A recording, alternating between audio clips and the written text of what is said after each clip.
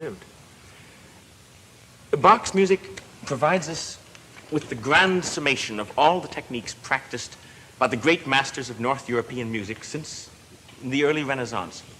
He were allowed to create their own sources of technique. Bach somehow managed to coordinate both approaches to the art of music. We find him in his earlier years writing fugues that had subjects like this one. Von Bülow rather maliciously called them. And for men like Anton Rubinstein and Alexander Glazunov in a later generation, it was order that was needed, order and symmetry, and these were Western. To be an even less likely candidate as a fugue writer than Mozart, so many of the characteristics of his style, the abrupt changes of tempi, the dynamic surprises, for instance, would seem, just as in Mozart's case, to contradict the continuity of line and rhythm which fugue demands.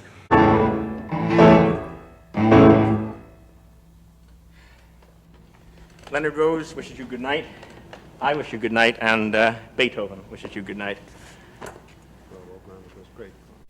I suppose that perhaps no people are more intuitively responsive to the dynamics of musical expression than are the people of the Soviet Union. With little balls and little tassels around. Yeah. And both the Paderewski chair and the Hoffman chair are out in the factory and are testing our wear. And how much am I bid for this? Well, Glenn, I'll tell you.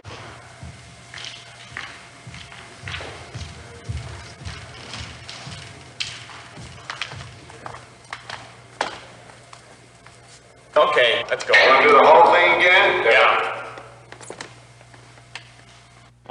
It's all right, I guess. Yeah, all right? Yeah. Relatively disinterested in music of earlier periods. Mozart, it's true, is a particular fancy of his, but then his writings make it clear that he balanced that enthusiasm with a singular lack of understanding for Sebastian Bach. There is, however, one conspicuous exception to his disinterest in previous epochs. Strauss was fascinated with certain aspects of the French Baroque. And about the time of the First World War, he began to trace in his works. It was about the time that Strauss wrote Bourgeois Gentilhomme that informed musicians began to be heard muttering that he'd written himself out, that like some hack he was just churning out compositions which sought an easy success by copying the formulas that he'd already proven successful. His ambition is to make enough money by the time he is 35 to retire from the concert stage and devote himself to composing. Meanwhile, he's considered one of the world's greatest exponents of Bach.